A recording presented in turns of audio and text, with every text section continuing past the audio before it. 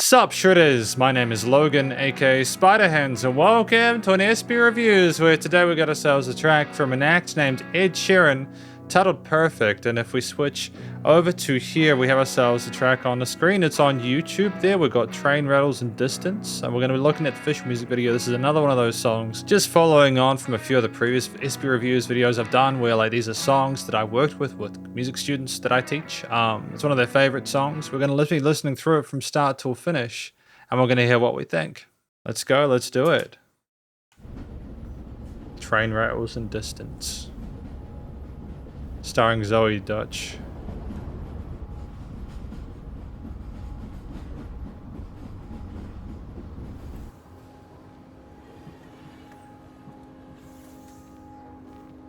Interesting sound design. I found a love for me. Well, darling, just dive right in. Follow my lead. Well, I found a girl, beautiful and sweet. Well, I never knew you were the someone waiting for me. 'Cause we were just kids when we fell in love, not knowing phenomenal storytelling with the video. it was. I will not give you up this time. But darling, just Great vocal kiss fry. me slow. Your heart is all I own, and in your eyes you're holding mine. Baby, I'm dancing in the dark with you between my arms, barefoot on the grass. We're listening to our favorite song. When you said you looked a mess, I whispered underneath my breath, but you heard it. Darling, you look perfect tonight. It's a beautifully romantic song, isn't it? Apparently, as I understand it, it's a huge wedding track. Fantastic use of strings here as well. I found a woman stronger than anyone I know. She shares my dreams. I hope that someday I'll share her home. I found a love to carry more than just my secrets, to carry love, to carry children of our own. We are still kids, but we're so in And the drums. love, fighting against all odds. I know we'll be alright this time. Darling, just hold my hand. Be my girl, I'll be your man. I see my future in your eyes. Baby, I'm dancing in the dark with you between my arms, barefoot on the grass, listening to our favorite song. When I saw you in that dress, I mean, she's crying. It's I don't deserve this. Darling, you look perfect tonight. Didn't realize he had guitar solos.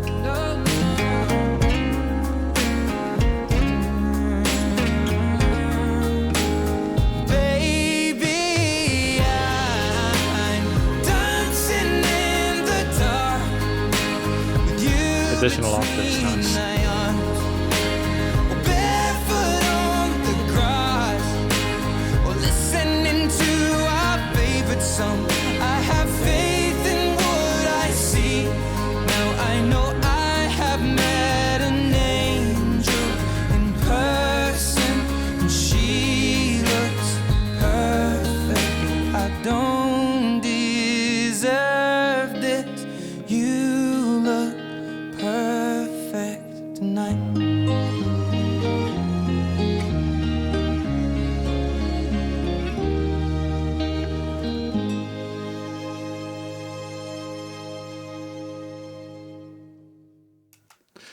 Fantastic, and directed by Jason Koenig. Awesome, fantastic song.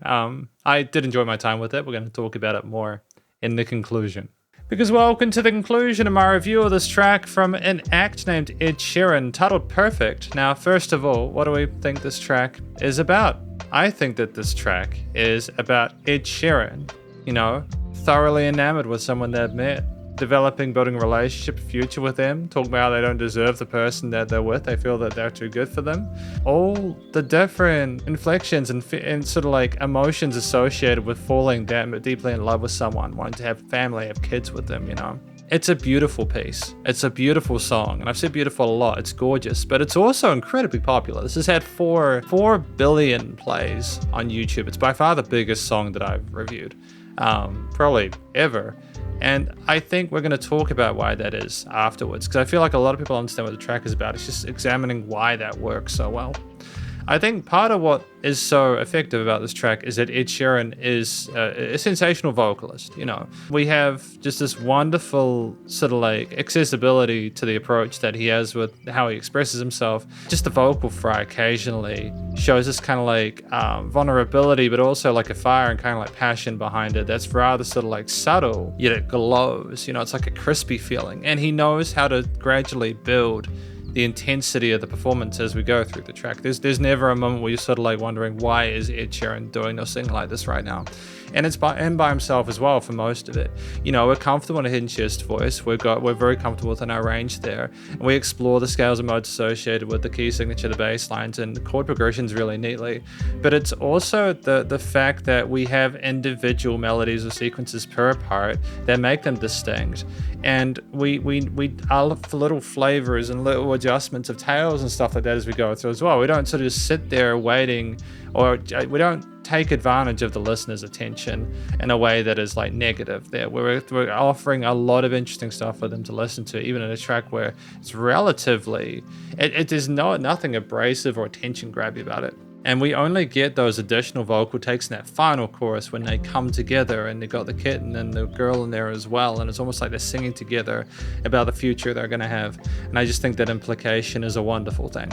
The track itself of Almost 41 is very well fleshed out. We have several choruses, and usually that would, kind of be a bit of even in pop music, it wouldn't necessarily be a desirable thing, because if you do not do enough adjustment to a track to develop it further, that can be a lot of the same thing.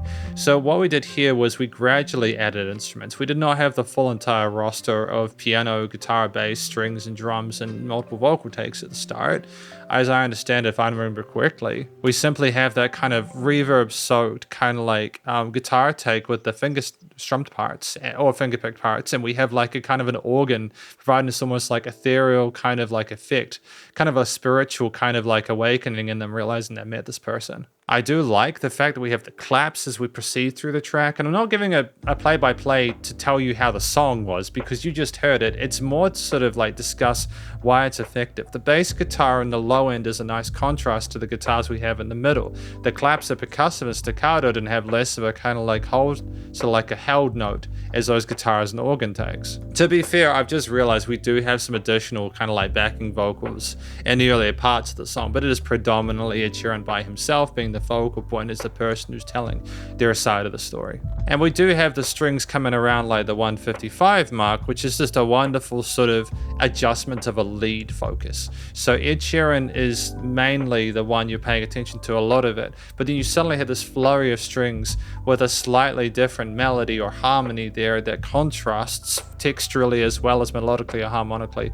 And so you are taken away and you're like, oh, we're getting bigger now because they sound bigger in the mix. Then you have the kicks and the low kind of oriented sort of drum parts there with quarters and eighths. But they're triplets. There's a triplet feel through the entirety of the time rhythmically, which offers a kind of a waltz-ish, or it's kind of like, it's why it's a great dance song for dancing at weddings, because it's got a waltz feel to it, the bump, bump, bump, bump, bump, bump kind of feel to it. And that's further enhanced by some of the piano parts with the upper kind of range triads that are kind of over the sort of doo-wop feel to it. So there's a mixture of the kind of like older styles as well as maybe the 1950s with more sort of modern production techniques. And I love that the bass is so supportive of the root notes. It has its own identity alongside everything else, but you've got enough sort of complexity with the instrumental performance to allow yourself to be taken away by those as well. It's a magical scene, especially when coupled with the audiovisual experience of the actual Christmas and getting together at that time, and the romanticism of going to the ski lodge and spending time with friends and finding love with each other. It's a fantasy, you know. And we do have like adjustments of the string takes as sub-leads behind Ed Sheeran as we go further into the track, and that's just combining more things within the overall harmony and song to kind of build it up more. You know, it's a balladesque format. And we have crispier kind of single coil kind of guitar take there, a bit of kind of like more oomph with this clean guitars to add a bit more kind of sizzle to it, a bit more intensity without it being too much. We're already thoroughly fleshed out in the low end by the bass and the drums there, and the strings are dancing at the top with Ed Sheeran being reasonably high up there as well. So just adding a bit of sort of mid-range resonance there when applicable, when possible, is good. And then of course we have that guitar solo near the end where Ed Sheeran plays that really interesting triad or interval based section there, and it's just a nice sort of like way of kind of again alternating between the string section, because if we had a second string solo that would have been something we already had, so you need to add something new to kind of take your attention. It also shows that Ed Sheeran can play guitar, and in that part of the video, if I'm not mistaken as well, I think he is actually playing the guitar, so it makes sense there. Again, the connection between audio and visual, to have everything come together at the end with a really tight sort of rhythmic percussion performance there, working between the rides and some of the hi-hats and kicks and snares, with the crashes being nice and sort of accenting the start of sections without being too kind of like too powerful. It's just a really full-body track that kind of sneaks up on you there. It kind of invites you to get lost within it, and it rises up around you until you're enveloped in it. It's extremely effective, both in terms of its literal success as well as the effect I personally have with it, and I think millions of other people have as well. And so you're left with an instrumental performance where the guitars and bass and drums and strings and keys are and organs and everything else performing different functions, but coalescing within a similar key signature, and with varying bass lines and chord progressions, with occasional sort of chromatics, but nothing too abrasive. It's trying to be very sweet sounding there. Everything kind of like notches with each other. Things connect. There's a great chemistry performance wise. It's actually very, very tight. There's not a single note out of place there. It's clearly able to sing incredibly well, and especially within this type of music where like he's completely at home, and you could imagine the song being as good with or without the additional components. It's just, that's the power of writing great music, is that it can be excellent regardless of what level of like polish or complexity you have to it. For it to then kind of end on that kind of like down note with it being quiet at the end with dynamic range as the two of them dance in the snow is just a wonderful sort of icing on the cake. So ultimately, thematically, very sort of like careful with the triads, major and minor oriented, trying to stay away from extensions for obvious reasons. Don't want to try to like overcomplicate the feeling we're supposed to have with it. We're supposed to sway and be swayed by it, and it's awesome. It's really well done.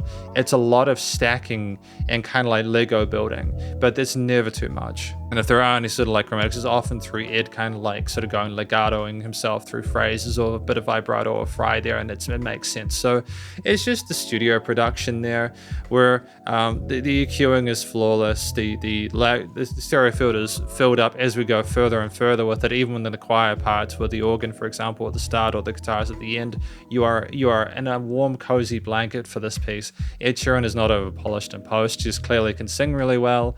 Nice bit of reverb and EQing, reverb and compression, should I say, on some areas there. The guitars are thoroughly soaked in at the start there, but it's never kind of like, it doesn't sort of like stack and become uncomfortable. It doesn't sound too spooky or anything like that when you can get too much of that. The leveling is fantastic. There's dynamic range to it as per the way it just builds as you go along until the end it comes down like that. It's not squeezed and it's choked. It's glued, and it's nice and loud without pumping, so the bus compression and limiting is handled in a way that makes sense for the genre. And effectively, I think I have a newfound appreciation for this track. I completely understand its success, and I've got no complaints about it. It's a classic, basically. So thank you for watching my review of this track from an act named Ed Sheeran titled Perfect, and hopefully you enjoyed it. If you did, please go show him some love via their various social medias and YouTube page, and stay cool, stay safe. Please remember to support your local musicians and artists at this point in time, as they need the help more than ever with all the crazy stuff going on in the world. And I'll catch you in the next SB Reviews. Spiderhands out.